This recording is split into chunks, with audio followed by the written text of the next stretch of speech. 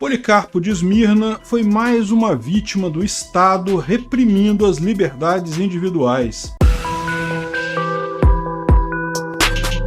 Esse é o Visão Libertária, sua fonte de informações descentralizadas e distribuídas. Esse artigo foi sugerido e escrito por Carlos Borges, revisado por Coreia com K e narrado por mim, Peter Turgunia. Não é novidade para ninguém que os cristãos foram perseguidos por muito tempo, principalmente durante os primeiros séculos depois da morte de Cristo. No início do século II, o imperador romano Trajano respondeu a uma correspondência de Plínio II. Caio Plínio Cecílio II, conhecido como o Jovem, governava a Bitínia, na costa norte da Turquia, no ano de 111. Ele estabeleceu uma política estatal contra os cristãos que durou todo o século. A lei era a seguinte: se uma pessoa acusava alguém de ser cristão e ela negasse a abandonar a sua fé, então sofreria castigos inimagináveis. Entretanto, se ninguém os acusasse, o Estado não deveria empregar seus recursos para persegui-los. Ou seja, a simples acusação levava a pessoa a sofrer as consequências se não negasse a sua fé. Em outras palavras, não havia julgamento. Afinal, qual o crime que ela havia cometido? Quase 100 anos mais tarde, o advogado cristão Tertuliano, no norte da África, fez o seguinte comentário acerca da decisão de Trajano ainda vigente. Ó, sentença necessariamente confusa, nega-se a buscá-los como inocentes e manda castigá-los como culpados. Tens misericórdia e és severa, dissimulas e castigas. Como evitas então censurar-te a ti mesma? Se condenas, por que não investigas? E se não investigas, por que não absolves? O Estado sempre foi opressor, ontem e hoje, e sempre atenta contra a liberdade das pessoas, seja liberdade financeira, de crença, de pensamento ou simplesmente de existência. O faraó, acerca da liberdade do povo de Israel, disse a Moisés: pode adorar seu Deus, mas apenas dentro do meu estado. No ano 155 ainda estava vigente a referida política de perseguição aos cristãos. Eles não eram procurados, mas se alguém os delatava e se negavam então a servir aos deuses romanos, era necessário castigá-los.